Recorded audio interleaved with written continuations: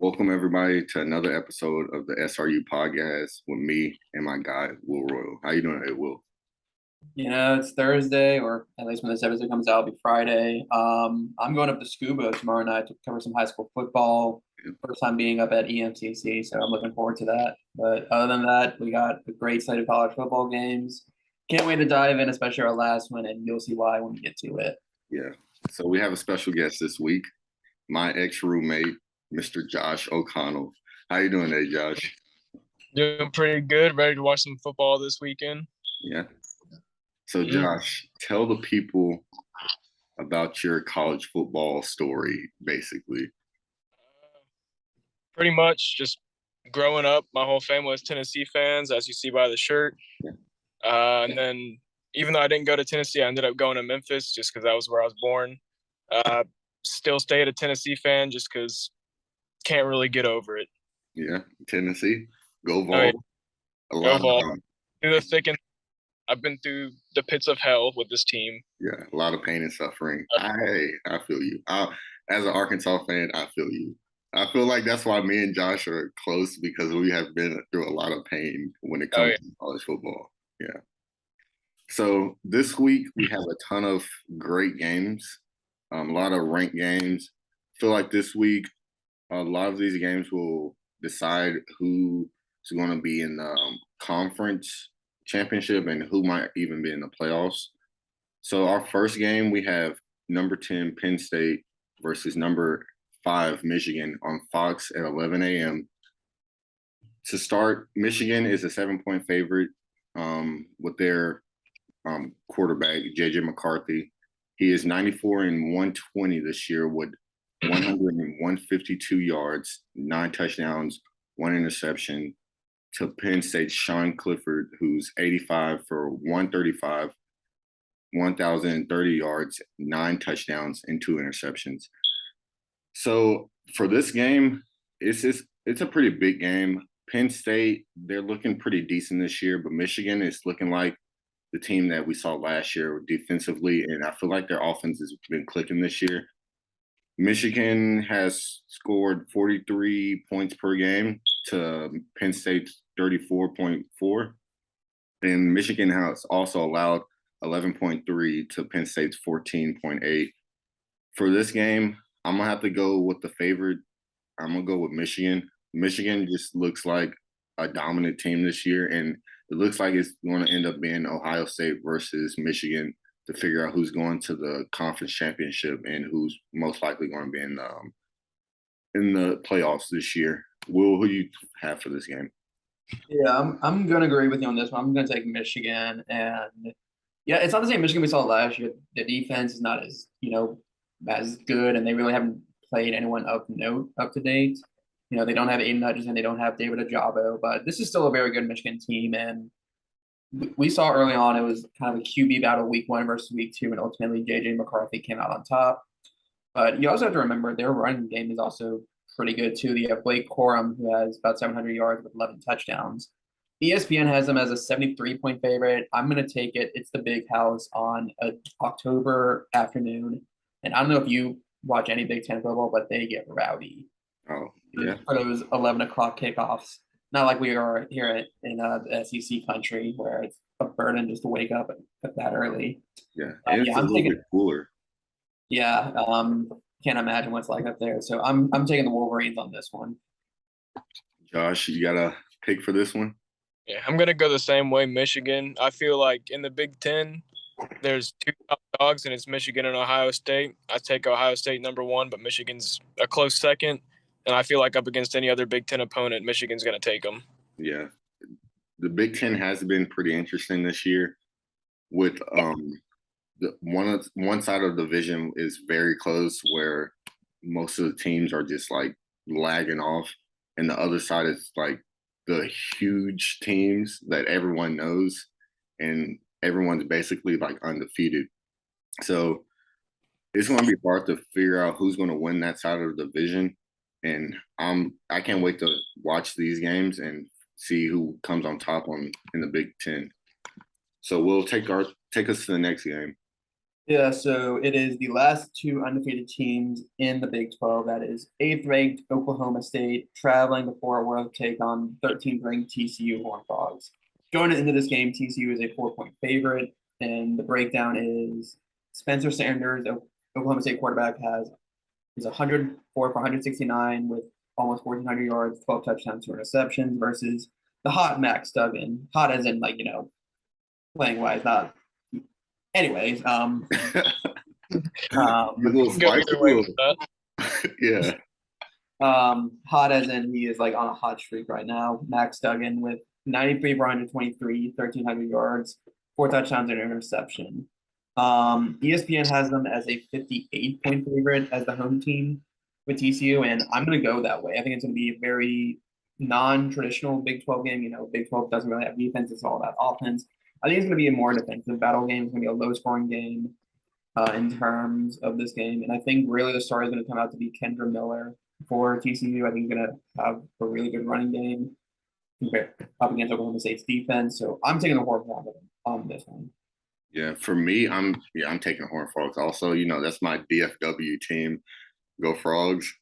Seeing them play, their defense, as I've said multiple episodes, their defense looks like a better version of a Big 12 defense. Looking at the stats, they're pretty even.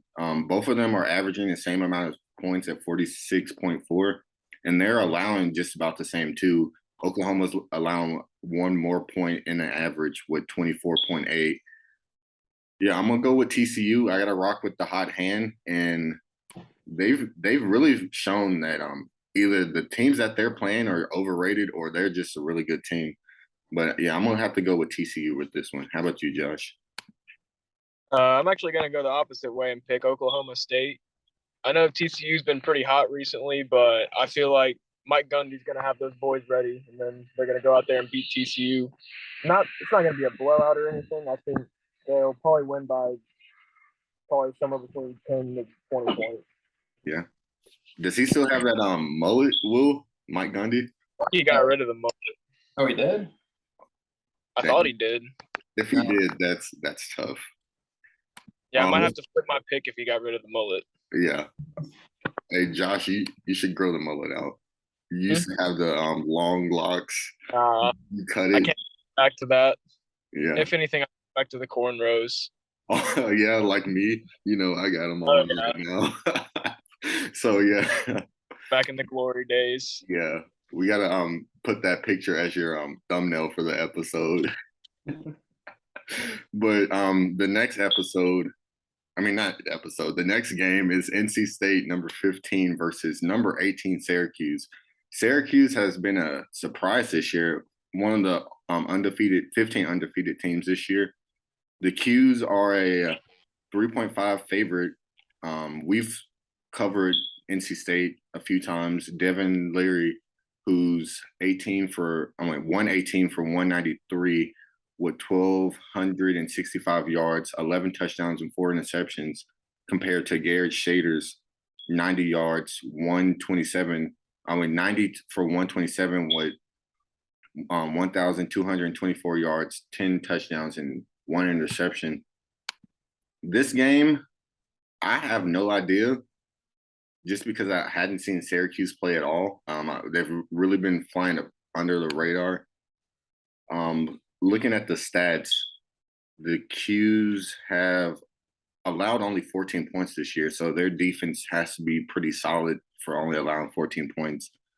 They've averaged 38.4 to NC State's 30.5.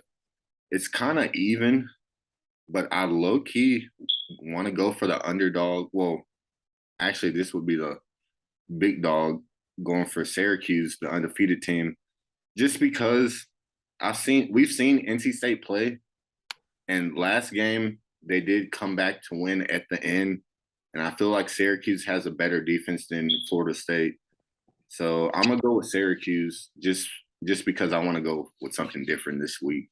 Will, who you have? First off, I don't know if y'all been noticing, but I'm drinking out a cup of the far superior ACC team, Georgia Tech.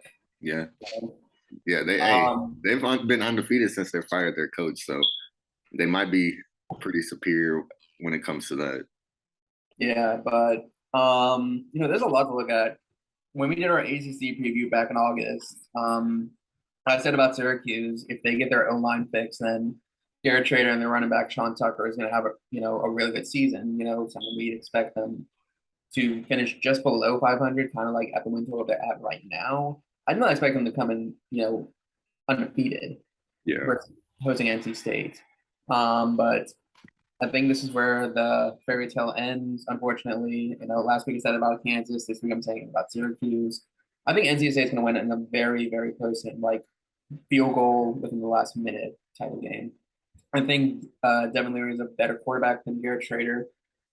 And even though Syracuse is a 59% chance of winning, I think NC State will come off and take the win here. Josh, I know you don't watch ACC, but give your best. Yeah. But I feel the same way. I think NC State's going to pull it out. I know you said that both teams average right around 30 points, somewhere in there, but both defenses are pretty good, and I feel like over the last few years, NC State's pretty much been known for their defense, or they've always had a stout defense at least. I think they'll pull it out in a close one. I think it's going to be one of those like 14-10 games, something like that. Big defensive game. Yeah. And I think NC State's going to pull it out at the end. Yeah, I can see that happening. So we have another big game of teams that we've covered all year. We've kind of been on the Florida State hype train. They've shown out a few weeks. Take us off with this one. Yep, so we got another ACC game right here, and that is number 4 Clemson traveling to the home of Florida State. Last week was a very tough loss for Florida State, losing last-minute interception against NC State. As of now, Clemson is 3.5-point favorite and 73% chance of winning, according to ESPN. DJ, I'm not even going to attempt to pronounce your last name. I butchered it too many times. He's 122 for 190 on the year with 1,400 yards, 14 touchdowns, 2 interceptions with 310 rushing yards, 3 touchdowns versus Jordan Travis, who's 98 for 156, 1,400 yards, 9 touchdowns, 3 interceptions, 156 rushing yards, and a touchdown. Traditionally speaking, this has been like one of the better rivalries in terms of ACC. You would normally say Florida State, Miami, but Miami is trash. Yeah. So going in, like this was the game that kind of decided who would win the ACC in years past up until about last year when Pitt won. So you would think I would say Clemson because, yes, they're not that far from winning the national championship, but I'm taking Florida State. I'm taking the upset. It is a primetime game in Tallahassee. They have a chip on their shoulder after losing in a heartbreak fashion to NC State last week. Give me Mike Norvell and the Florida State Seminoles. I'm going to have to go the opposite of you, Will. I'm going to have to go Clemson. Clemson has shown that they are a good team and probably one of the better teams in the nation. DJ Ncaa, he has stepped up this year, and he's shown that he's not a buzz when it comes to high school rankings. They are averaging around the same amount. Clemson has like 8 more points with 39.3. And defensively, Clemson has allowed 2 less points with 18.3. I'm going to have to go Clemson with this. I'm going to go with the favorite and go with the Tigers, man. Josh, who do you think? I'm going to go Clemson too, pretty much for the same reason you said. I know they had a down year last year, and especially DJ coming into college. I think he was the #1 football recruit and #1 baseball recruit, so he was very hyped up. But he just didn't live up to it last year. But this year so far, he's showing and he's living up to those expectations finally. And I think the whole Clemson team as a whole has just improved so much this year. And I wouldn't be surprised if they blow out Florida State. Yeah, especially because Florida State, they didn't score in the second half, I'm pretty sure, last game. And that offense has looked kind of skeptical this year. Mm-hmm. So, yeah, Clemson, I feel like it's the better pick just because of that. But let's go to this next game with Mississippi State versus Kentucky, 2 top ranked SEC schools. Mississippi State is a 3.5 favorite They're ranked number 16 to Kentucky's 22nd. This will be on the SEC network at 6:30. Will Rogers, I'm pretty sure he's leading the nation in like every QB set, I'm pretty sure. Attempts, yards, and touchdowns with 282 attempts, 200 completed with 2,110 yards, 22 touchdowns, and 3 interceptions. They beat my team last week. We dropped like 5 picks, but that 3 interception is pretty impressive with 22 touchdowns. Will Levis, we're not sure if he's going to play this game. He was in a boot last week. He's looking good, but as a general of the team and a captain, I wouldn't say he's looking the best, but as an NFL prospect, people are saying he's looking like he's probably one of the top QBs taken out. He's 97 for 141 with 1,405 yards, 12 touchdowns, and 4 interceptions. For me, if Will Levis is not playing, Mississippi State is the team that's going to win. Even if he is playing, I'm taking Mississippi State for this game. Will, how do you feel about that? Yeah, I'm gonna agree. I'm gonna take a Mississippi State. Will Levis is listed as probable, but him being in a boot last week and coming back that quick, I think is very unlikely. But I think Mike Leach air raid offense is gonna just obliterate Kentucky's secondary, and ESPN has them as a 60% chance of winning. I'm still gonna take Mississippi State regardless. And finally show out Kentucky of being not as good as we thought, and finally seeing them drop out of the top 25. Josh, Riley, we got I had someone join me. Hey guys, what's up?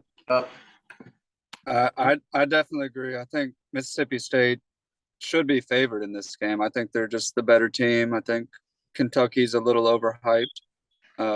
Even if Will Levis does play, he'll still be coming off an injury. I think Mississippi State is the better team. That they would be my pick to win this week as well. All right. I'm going to go Mississippi State too. I think same thing. Kentucky's been overrated all year. Will Levis is overrated. Puts mayo in coffee. Dude's a freak. Yeah, he deserves to lose this game.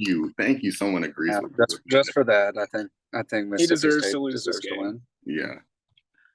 All right. Well, let's go to this next game. A Pac-12 game between two teams that's probably the best in the Pac-12 other than Oregon and UCLA.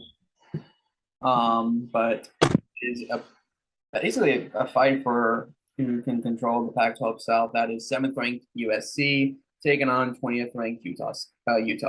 Utah kind of upset us last week when they lost to UCLA. But I'm still putting faith in Cam Rising, who's been 118 for 171, 1,400 yards, 13 touchdowns, 3 interceptions, 250 rushing yards with 3 touchdowns. Utah is a 3.5-point favorite, but don't put out USC. Caleb Williams, the transfer, putting up really good numbers. 122 for 118, 1,600 yards, 14 touchdowns, 1 interception, on top of 3 rushing touchdowns. Utah is a 62% chance of winning, and like you are with Sam Hartwell, I'm with Cam Rising. I'm taking Utah in the upset. I'm going to have to disagree with you on this one. USC has looked pretty good this year. Defensively, I'm not 100% sure, but Caleb Williams has shown out this year time and time after again. They're averaging literally the same amount, 40.2 to 40.3, Utah with the 40.3 edge on them. And allowing points, it's the same amount too. 18.7 USC to 19 for Utah. I'm gonna have to go USC for this one. I'm going to take the red team of LA. Josh, how do you feel about this game? I don't know how you feel about Lincoln Riley, so I'm kind of interested to see your pick. I mean, I don't really like him, but in this game specifically, I think that USC is going to end up pulling it out just because I feel like their offense is just going to be too much for Utah to handle. They got Caleb Williams. They got Addison at wide receiver, who's the Blitnikoff winner last year. I just think it's going to be too much for Utah to handle, and USC is going to pull it out. Yeah. And they have a big transfer from Travis Dye from Oregon to USC, who has 571 yards and 6 touchdowns. So I really like USC in this one just because they're explosive offense. and Lincoln Riley at the helm of that. So we have the game that we've all been waiting for. I'm gonna let Will you take it since it's you and Josh's game. Yep, it is a rivalry unlike any other. 13th or the third Saturday of October. Alabama versus Tennessee. Alabama has won the last 15 years to Tennessee. Alabama has never lost to Tennessee under Nick Saban. Bryce Young, our beloved Heisman winner from last year, is a game time decision. But if he does play, he is 90 for 134, 1,200 yards, 14 touchdowns, 3 interceptions with 150 rushing yards and 3 touchdowns. If he's not in, we have Jalen Milroe, who is 28 for 46, 262, 5 touchdowns, 2 interceptions, 250 rushing yards, and a touchdown. But all said and done, you think that Bama would win, but this is a new Tennessee that, not going to lie, it scares me. And you have their transfer quarterback, Hendon Hooker, 98 for 144, 1,400 yards, 10 touchdowns, 0 interceptions, 230 rushing yards, and 3 touchdowns. I think that it's going to come down to offensive front end. Alabama has one of the best defensive players in Will Anderson. Secondary is kind of lacking, but I think after our mistakes with A&M last week, they've improved. Hopefully, if Jalen Miller is starting to keep Bill O'Brien far away as humanly possible, because God forbid he screws us up again. But Alabama is a 7-point favorite, 70% chance of winning. And you know who I'm taking. Not even close. Give me that cigar. We're lighting that. Give me God. Bro, what? Will, you're a clown, Will. This dude's just embarrassing himself. Yeah. So for this one, I'm gonna give my opinion before Josh goes in. This is hard just because Bryce Young might not play, and if he does play, he had a pretty serious injury against Arkansas with whatever happened to his shoulder. But on the opposite end of the spectrum, Tennessee's defense is not the best, even though I don't think they've allowed that many points when it comes to this year. But just watching them, they don't have the best defense, but they do have a very explosive offense when it comes to Hendon Hooker, and who honestly he could be top 3 in the Heisman race. The defensive stats, they've allowed just about the same amount. Alabama's defense is a little bit better with 12.5 to Tennessee's 17.8. But Tennessee's offense has scored more points than Alabama.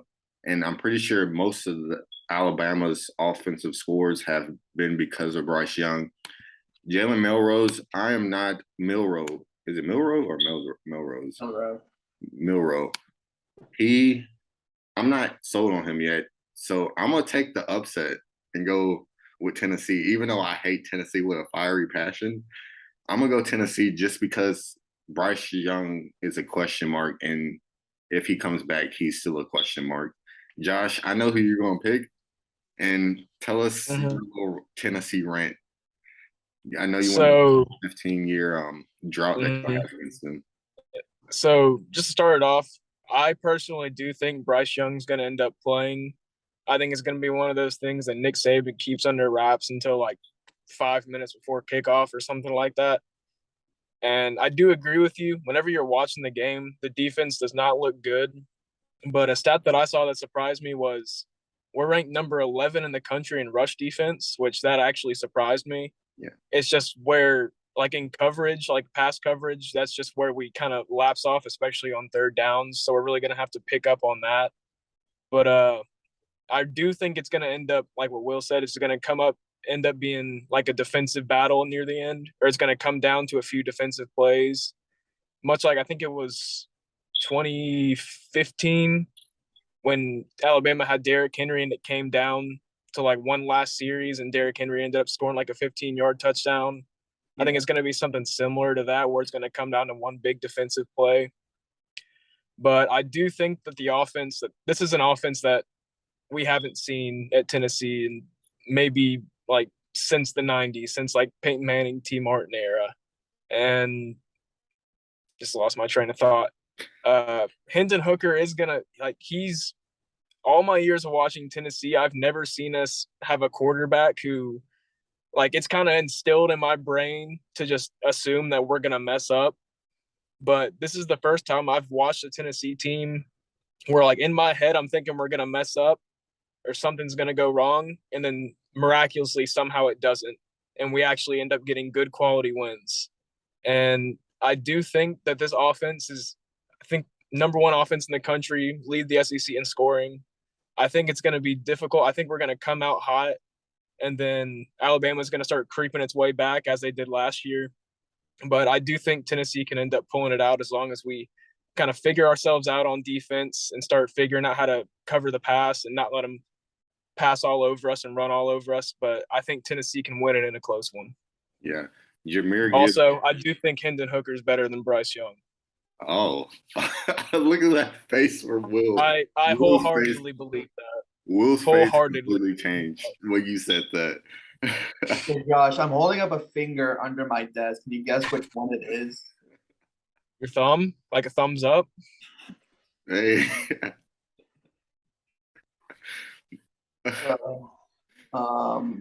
I feel like Jamir Gibbs will probably be an X factor in this game. Josh. Yeah, that is one player that I'm scared of because he's like a back where he can run it down your mouths or he can just pass catch, do little dump offs from Bryce Young. Running down just turn broken plays into big 40-yard plays or something crazy like that. He's one of those players. Yeah. Yeah. Again, thank you, Georgia Tech. Yeah. You have anything to say about Eli Drinkowitz while you're still on the pod? I hate him with my entire heart. He's a nerd. With that being said, he couldn't even beat Georgia. He sucks. Oh, all right. He must suck. He gave it up. He failed his team. Yeah, he did try to snitch on Josh Heupel and the Tennessee program. Oh, Tennessee's cheating. Help me out. I have the number one receiver in the country, and my team still sucks. So, I hate him. With that being said, thank you, everyone, for watching the SRU podcast. Like, comment, subscribe, all that good stuff. And thank you, Josh, for coming on, taking time out of your day, coming on the podcast. Talk to you later. No problem. Mm-hmm. All right.